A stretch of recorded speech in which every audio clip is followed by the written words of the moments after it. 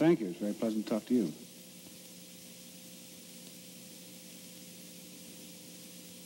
I'm a sinister fellow. No, it so happens that, as luck would have it, I've been cast in a number of parts which have, let us say, distinguished me as a sinister person.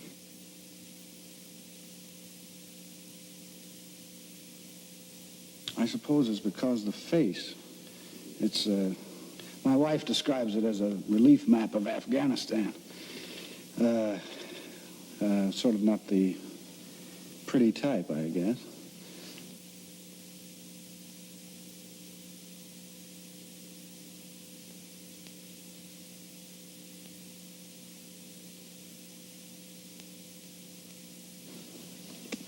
Well, in a career that has lasted about 14 years, I was fortunate or unfortunate enough not to hit what we call the big time until about 5 years ago. Consequently, I've done about a film a year since that time. Tried to be a little selective and have been very lucky to work with good people in good films. Well, we're here at Shepperton Studios, just outside London, where we finished Stanley Kubrick's Dr. Strangelove, or How I Learned to Stop Worrying and Love the Bomb, with Peter Sellers. Yes, it is. It's a unique film, and one that I think is going to be controversial and provocative.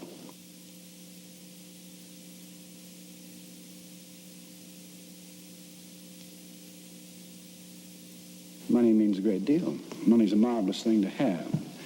It's a dreadful thing to be without. It's nice to work and get paid for it, and get paid a lot for it if you can. It's also nice, if you can, to do things that you ordinarily wouldn't have an opportunity to, perhaps, to do. Certainly, an example, playing before 2,300 people in Central Park, a live audience, under the stars, is an interesting and rewarding experience. I think it's a shame that more actors can't have it.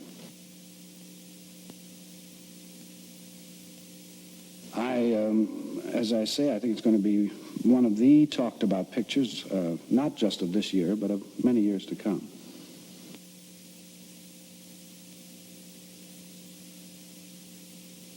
Yes, I just happen to have one on me. Here you are.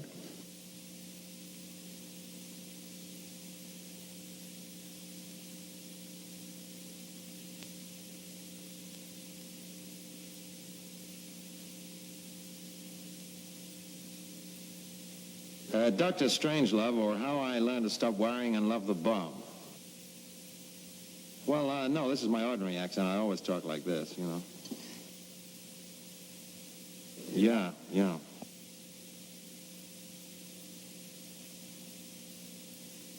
Well, the thing is, in Lolita, they weren't really three different parts. They were Claire Quilty impersonating different people. Well, when I play the President of the United States of America, that is this makeup I have on here, I play Dr. Strangelove. He is a German nuclear physicist. And I play a British Royal Air Force, do they call it, officer, Group Captain Mandrake.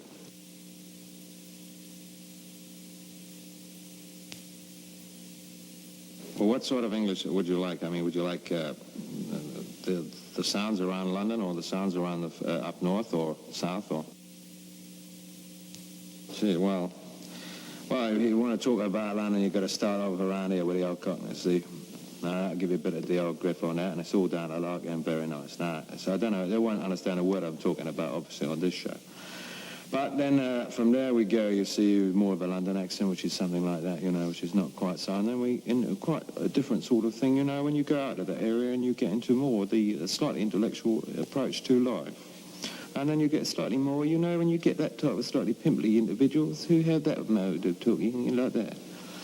Then, of course, we have the other sorts who live in around London, and there's the other thought, there's another part of London they talk like that. It's very nice, lovely. You go out of London, you go to Scotland, there's two types of accents. Well, there's many types of accents in Scotland. One is a Glasgow accent and there's an Edinburgh accent, which is much more of this way, you know, in the Edinburgh talk. And then we have Birmingham accents. The one that's, I think, nearest to American accent is where they talk down in Cornwall and Devonshire, which is much more of a burr, and they talk very much like that. And, it could be, as a radio commentator over here called John Arlott, and I reckon sometimes that you could really, I think, mistake him for one or two of the American commentators,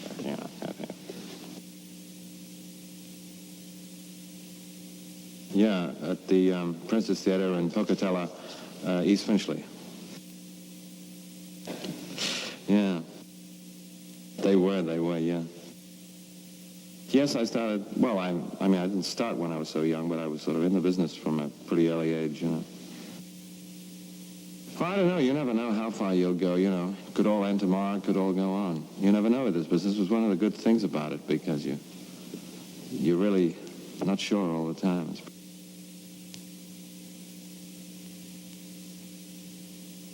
Yes, it was produced by Stanley Kubrick, with whom I did Lolita, and of whom I have very high regard.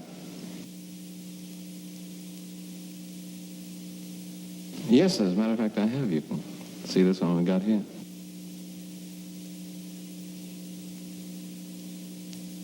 Thank you very much. Thank you. Bye.